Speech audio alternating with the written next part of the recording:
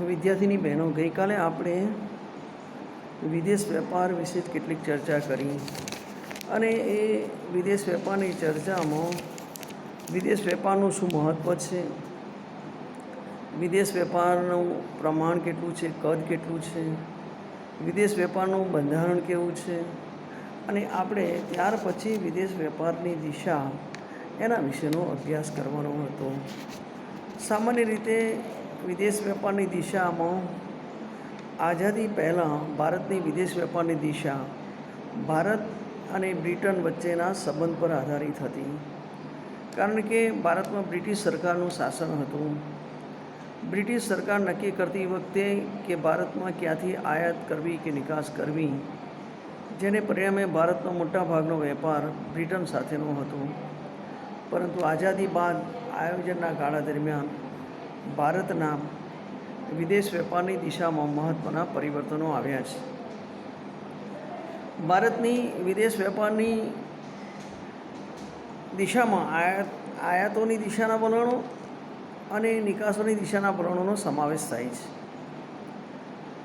ભારતનો વિદેશ વેપાર કેટલાક જૂથ સાથે વહેંચાયેલો હતો, જેમ કે OECDના દેશો, જેને ઓસિયડ દેશો કહેવામાં આવે છે, જેમાં બેલ્જિયમ, ફ્રાન્સ, પશ્ચિમ Germany, United Kingdom, Netherland, Canada, America અને જાપાનનો સમાવેશ થાય છે, જે વિકસિત દેશો છે. બીજું છે ઓપેકના દેશો, જેમાં ખનિજ તેલનું ઉત્પાદન કરતા 13 સમૂહના દેશોને ઓપેક કહેવાય છે. પૂર્વ યુરોપના દેશો, જેમાં પૂર્વ Germany, Romania, Holland, Bulgaria, Yugoslavia, Czechoslovakia, Hungary, Russia વગેરેનો સમાવેશ થાય છે. વિકસતા દેશો, ઓપેક સિવાયના વિકાસમાન દેશોનો સમાવેશ આ જૂથમાં થાય છે. અને અન્ય દેશો એટલે કે ઉપરોક્ત જૂથ સિવાયના દેશોનો સમાવેશ અન્ય દેશોમાં થાય છે. સામાન્ય રીતે વિદેશ વેપારની નીતિના અથવા તો વિદેશ વેપારની દિશા અથવા તેના વલણોનો અભ્યાસ કરીએ તો વિદેશ વેપારના વલણોના અભ્યાસમાં સામાન્ય રીતે આ જે આયાતોની દિશાના વલણો કેવા હતા, નિકાસોની દિશાના વલણો કેવા હતા, એના આધારે એનો અભ્યાસ કરવામાં આવે છે. આ અભ્યાસ ઇન્ડિયન ઇકોનોમિક સર્વે 2002-3ના આધારે કેટલાક આંકડા મૂકવામાં આવ્યા છે. અલબત્ત જો તમને વર્તમાન આંકડા મળે તો વધારે સારું છે. અત્યારે મારી પાસે જે ફિગર છે બહુ જૂની ફિગર છે, પણ જો વર્તમાન આંકડા મળે તો વધારે સારું છે. હું પણ મેળવવા માટેનો પ્રયત્ન કરીશ, તમે પણ મેળવવા માટેનો પ્રયત્ન કરજો. આયાતોની દિશાના વલણો કેવા રહ્યા છે, નિકાસોની દિશાના વલણો કેવા રહ્યા છે, એના ઉપરથી વેપારનું કદ કેવું છે એ જાણી શકાય. વેપારના કદ વિશેની ચર્ચા થઈ શકે. દાખલા તરીકે બેલ્જિયમ, ફ્રાન્સ, પશ્ચિમ Germany, UK, Netherland, America, Japan એ દેશોનો સમાવેશ થાય છે. એ દેશોની આયાતોની ટકાવારીનું પ્રમાણ 78% હતું, જે ઘટીને એનાથી પણ ઓછું થવા પામ્યું છે. ઓપેકના દેશો ખનિજ તેલની નિકાસ કરતા 13 દેશોનો સમૂહ છે, જેમની આયાતો 4.6% હતી, એ વધીને 5.8% થઈ હતી. કારણ કે ઓપેકના દેશો મોટે ભાગે ખનિજ તેલની નિકાસ કરતા 13 દેશોનો સમૂહ છે. પૂર્વ યુરોપના દેશોના જૂથમાં પૂર્વ Germany, Romania, Poland, Bulgaria, Yugoslavia જેવા સામ્યવાદી દેશોનો સમાવેશ થાય છે. તેમની આયાતો જે 3.4% હતી તે ઘટીને 1.4% થઈ ગઈ હતી. વિકસતા દેશોના જૂથમાં ઓપેક સિવાયના વિકસતા દેશો સાથે ભારતના વિદેશ વેપારમાં આ દેશોમાંથી થતી આયાતો અને એ દેશોમાંથી થતી નિકાસો એનું પ્રમાણ જોઈએ તો આપણે ત્યાં એ આયાતો જે હતી એના કરતાં આયાતોનો અંદર વધારો થયો હતો. અન્ય દેશોમાં થતી આયાતો એ વધીને ઘણા બધા પ્રમાણમાં ઊંચી રહેવા પામી હતી. નિકાસોની દિશાના વલણો જોઈએ તો ભારતની નિકાસો જે હતી એના કરતાં એ નિકાસોમાં ઘટાડો થયો. ઓપેકના દેશોની વાત કરીએ તો ઓપેકના દેશોની અંદર જે આપણી નિકાસો હતી એ વધી અને વધીને ઘણા મોટા પ્રમાણમાં એ નિકાસોનું પ્રમાણ જળવાઈ રહ્યું. વિકસતા દેશોમાં ભારતની નિકાસો જે હતી એના કરતાં વધીને ઘણા ઊંચા પ્રમાણમાં થવા લાગી. એટલે એ વિકસતા દેશોમાં ભારતની નિકાસોનું પ્રમાણ ઘણું ઊંચું રહ્યું હતું. અન્ય દેશો એટલે ઉપરોક્ત સિવાયના દેશોમાં ભારતની નિકાસો એ પણ થોડા ઘણા પ્રમાણમાં વધી હતી. આમ જોઈએ તો ભારતના વિદેશ વેપારનું પ્રમાણ, એનું સ્વરૂપ અને દિશામાં ગણનાપાત્ર પરિવર્તનો આવ્યા છે અને એના પરિણામે ભારતની જે વિદેશ વેપાર છે એ વિદેશ વેપારના સ્વરૂપમાં પણ વિવિધતા આવી છે. એટલું જ નહીં, ભારતને આયાતો સસ્તી કિંમતે પ્રાપ્ત થઈ છે. ભારતની નિકાસોની સારી કિંમત મેળવી શકાય છે. વિદેશ વેપારમાં સ્થિરતા આવી શકે છે. કેટલીક વસ્તુઓની આયાતો બંધ થઈ છે, જ્યારે કેટલાકમાં આયાતોમાં ઘટાડો થયો છે.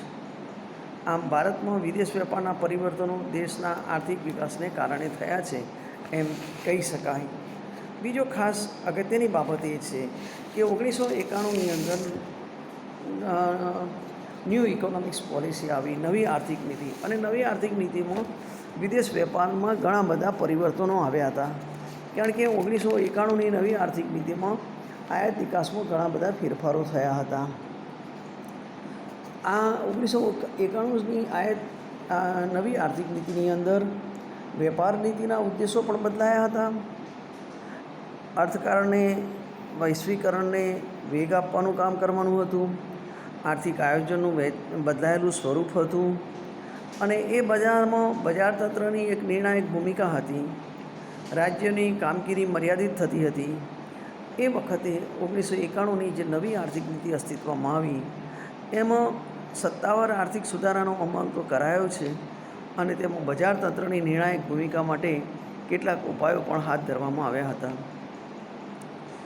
જેમ કે બજારમાં હરીફાઈને પ્રોત્સાહન આપીને ઉત્પાદકો, વેપારીઓ વગેરેના અંકુશો, નિયંત્રણો ઘટાડવામાં આવ્યા હતા.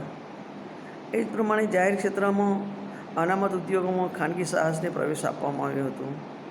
જાહેર સાહસોને ઇક્વિટી મૂડીનું વેચાણ કરીને ખાનગી નિયોજકોને ભાગીદાર બનાવવામાં આવ્યા હતા. જાહેર સાહસો પોતાની કામગીરી સારી રીતે પૂરી કરે તે જોવામાં આવે છે. વિદેશી કંપનીઓને ભારતમાં નવા એકમો સ્થાપવાની અને ભારતીય કંપનીઓ સાથે સહયોગ કરવાની છૂટ આપવામાં આવશે. આયાતો નિકાસો પરના અંકુશો, નિયંત્રણો ઘટાડાશે, તેમજ સરકારની દખલગીરી ઓછી કરવામાં આવશે. એટલે કે રાજ્યની કામગીરી બિલકુલ મર્યાદિત કરવામાં આવી હતી અને રાજ્યની કામગીરી મર્યાદિત કરીને આ એક આખો કન્સેપ્ટ મૂકવામાં આવ્યો હતો 1991ની નવી આર્થિક નીતિમાં. રાજ્યની કામગીરી મર્યાદિત થઈ છે. જાહેર ક્ષેત્રના અનામત ઉદ્યોગોમાં ખાનગી ક્ષેત્રને પ્રવેશને છૂટ આપવામાં આવી હોવાથી જાહેર ક્ષેત્રના ઉદ્યોગોની સંખ્યામાં ઘટાડો થયો છે અને એની સાથે સાથે આયાત નિકાસ નીતિમાં મહત્ત્વના ફેરફારો થયા છે. પહેલો ફેરફાર જોઈએ તો આયાત નીતિમાં જે ફેરફાર થયા છે એમાં પહેલો ફેરફાર છે મુક્ત આયાતો.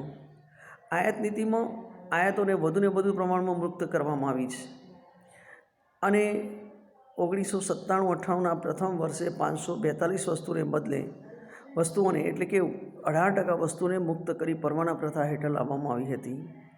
1998-99માં 340 વસ્તુઓને મુક્ત કરવામાં આવી હતી અને 2002 સુધીમાં ભારતે WTOના અંદાજ મુજબ અપેક્ષા મુજબ વેપારને સંપૂર્ણપણે મુક્ત કર્યું હતું. આમ વપરાશી વસ્તુઓને નિયંત્રિત વસ્તુઓની યાદીમાંથી મુક્ત કરવામાં આવ્યું હતું. બીજી બાબત હતી આયાત જકાતમાં ઘટાડો. ખેતી અને તેની સાથે સંકળાયેલ વસ્તુઓ સસ્તી બનાવવા માટે જરૂરી મૂડી સાધનોની આયાત જકાત સદંતર નાબૂદ કરવામાં આવી છે, કાં તો તેમાં નોંધપાત્ર ઘટાડો કરવામાં આવ્યો છે, જેથી નાના ઉત્પાદકો યંત્ર સામગ્રીની આયાતો કરી શકે.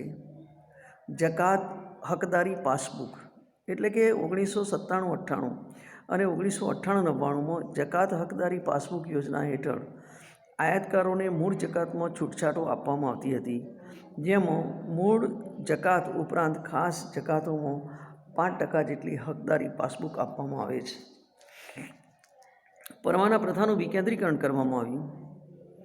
પરવાના પ્રથામાં વ્યાપક પ્રમાણમાં વિકેન્દ્રીકરણ કરવામાં આવ્યું છે, જેમાં નિકાસ જવાબદારી અંગે સમયગાળો વધારી આપવાની કામગીરી અને આગોતરા પરવાનાને પુનઃ પ્રમાણીકરણ કરીને તેની કામગીરીનું વિકેન્દ્રીકરણ કરવામાં આવ્યું હતું. લાદણ વિરોધી પણ પગલાં ભરવામાં આવ્યા હતા. સરકારે વિદેશી માલના લાદણ અંગે તપાસ, સંશોધન અને કાળજીપૂર્વક પગલાં હાથ ધરવા લાદણ વિરોધી પગલાં અંગેના જરૂરી સૂચનો અને જોગવાઈઓ કરી હતી. એના નિકાસ નીતિમાં 1991માં આવેલી નવી આર્થિક નીતિમાં નિકાસ નીતિમાં થયેલા ફેરફારોનો અભ્યાસ કરીએ તો એક તો પહેલો ફેરફાર એ હતો કે રોકડ સહાય વળતર યોજના નાબૂદ કરવામાં આવી. નિકાસકારોને નિકાસો વધારવામાં પ્રોત્સાહન મળે તે માટે 1966થી રોકડ વળતર સહાય યોજના અમલમાં મૂકી હતી, પરંતુ આ યોજના અટપટી અને બોજારૂપ થતાં 1991ની નવી આર્થિક નીતિમાં રૂપિયાના બાહ્ય મૂલ્યમાં ઘટાડો કરવામાં આવ્યો હતો અને એથી રોકડ સહાય યોજનાની ઉપયોગિતા મર્યાદિત થઈ હતી, જે નાબૂદ કરવામાં આવી છે. જકાત પરત યોજના. દેશના નિકાસકારોએ આયાત કરેલા કાચા માલ, તૈયાર માલ પર જે જકાતો ભરી હોય અને તેનો ઉપયોગ જો નિકાસ પેદાશ માટે કર્યો હોય તો ભરવામાં આવેલી આબકારી જકાત એ પરત આપવાની યોજના અમલમાં મૂકવામાં આવી છે. આયાત પૂર્તિ યોજના.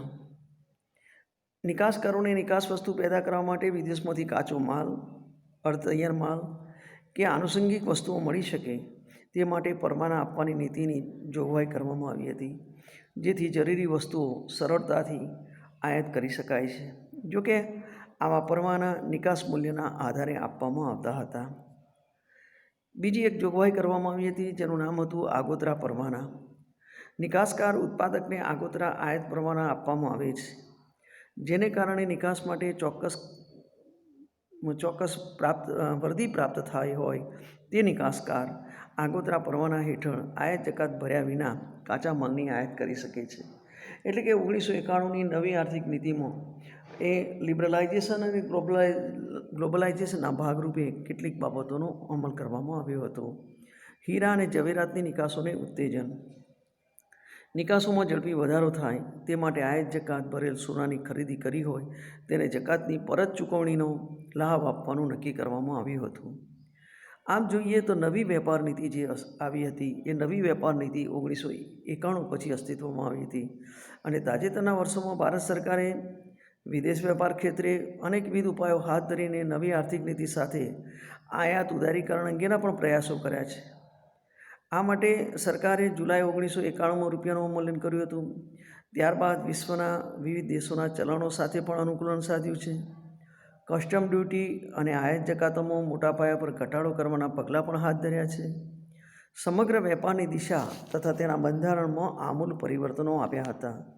એટલે કે 1991ની નવી આર્થિક નીતિ શરૂ કરવામાં આવેલા પરિવર્તનોને કારણે વિદેશ વેપારની નીતિ બાહ્યલક્ષી બનવા પામી હતી.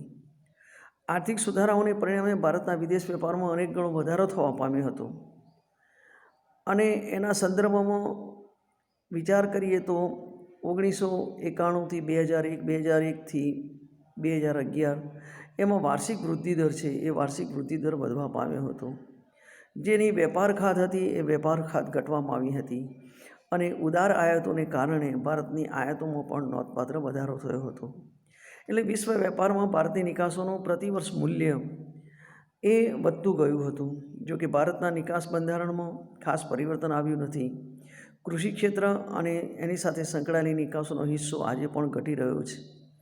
ભારતીય નિકાસોની દિશામાં પણ ખાસ પરિવર્તન આવ્યું નથી. યુરોપના બજારોમાં નિકાસોનો કુલ હિસ્સો ઘટ્યો છે કાં તો સ્થિર રહેવા પામ્યો છે. અલબત્ત એશિયાના દેશો સાથે નિકાસોમાં સુધારો થવા પામ્યો છે, પણ એ વેપારનું કદ, બંધારણ અને દિશાના ક્ષેત્રે જોવા મળેલી જે વિવિધતા છે એ વિવિધતાને આભારી છે. આર્થિક સુધારાના અમલનો એક દાયકો પૂરો થયો અને એને પરિણામે કેટલીક સફળતાઓ પણ પ્રાપ્ત થઈ. જેમ કે આર્થિક વિકાસ દર વધવા પામ્યો હતો. આર્થિક સમસ્યાઓને કારણે વિકાસ દર નીચો રહેવા પામ્યો હતો, જે ફેરફાર પામીને આર્થિક વિકાસ દર વધવા પામ્યો હતો. રાષ્ટ્રીય આવકના માળખામાં પરિવર્તન આવ્યું હતું. ખેતી ક્ષેત્રનો રાષ્ટ્રીય આવકમાં ફાળો ઘટ્યો હતો અને સેવા ક્ષેત્રનો ફાળો વધ્યો હતો. એ પણ એક નોંધવા જેવી બાબત હતી. વિદેશ વેપાર પરના અંકુશો અને જકાતોમાં ઘટાડો થવાને પરિણામે નિકાસ વેપારમાં પણ વધારો થયો હતો. ગરીબીનું પ્રમાણ ખાસ ઘટવા પામ્યું નહોતું, પણ જે લોકો ગરીબી રેખા હેઠળ જીવે છે તેમને ગરીબી રેખા ઉપર લાવી શકાયા હતા. ભારત સરકારે અર્થતંત્રની સ્થિરતા અને માળખાગત સુધારા અંગેના પ્રયાસો શરૂ કર્યા અને એમાં અંશતઃ સફળતા પ્રાપ્ત થઈ છે એમ કહી શકાય. ફુગાવાનો દર હતો તે સતત વધવાની સ્થિતિએ રહ્યો છે. વિશાળ વિકાસ વ્યૂહરચના પણ પૂર્ણ રીતે અપનાવાઈ નથી અને આર્થિક સુધારાઓ પૂર્વે જે જરૂરી પગલાઓ લેવા જોઈએ હતા એની ઉપેક્ષા કરવામાં આવી. એટલે આર્થિક સુધારાઓની ઝડપ પણ અલ્પજીવી રહી હતી. આર્થિક સુધારાઓને બહુ મર્યાદિત સફળતા મળી હતી અને એને કારણે ભારતમાં જે લેણદેણ તુલા અથવા તો વિદેશ વેપારની દિશા છે એ વિદેશ વેપારની દિશામાં આવેલા પરિવર્તનો એ એક વલણ તરીકે એક ચોક્કસ દિશા સૂચન પૂરું પાડે છે કે ભારતનો વિદેશ વેપાર કઈ દિશામાં આગળ વધી રહ્યો છે. અને એને કારણે વિદેશ વેપારનું એક આપણે આલેખભર્યું ચિત્ર પ્રાપ્ત કરી શકીએ કે ભારતમાં આઝાદી પહેલાં, આઝાદી પછી, 1951ના આયોજનકાળના સમય દરમિયાન અને ત્યારબાદ ઈસવીસન 1991માં જે નવી આર્થિક નીતિ આવી એ નવી આર્થિક નીતિમાં પણ ભારતીયના દિશાના વિશેની ચર્ચા કરવામાં આવી હતી. હાલ અહીંયા ચર્ચાને પૂરી કરું છું.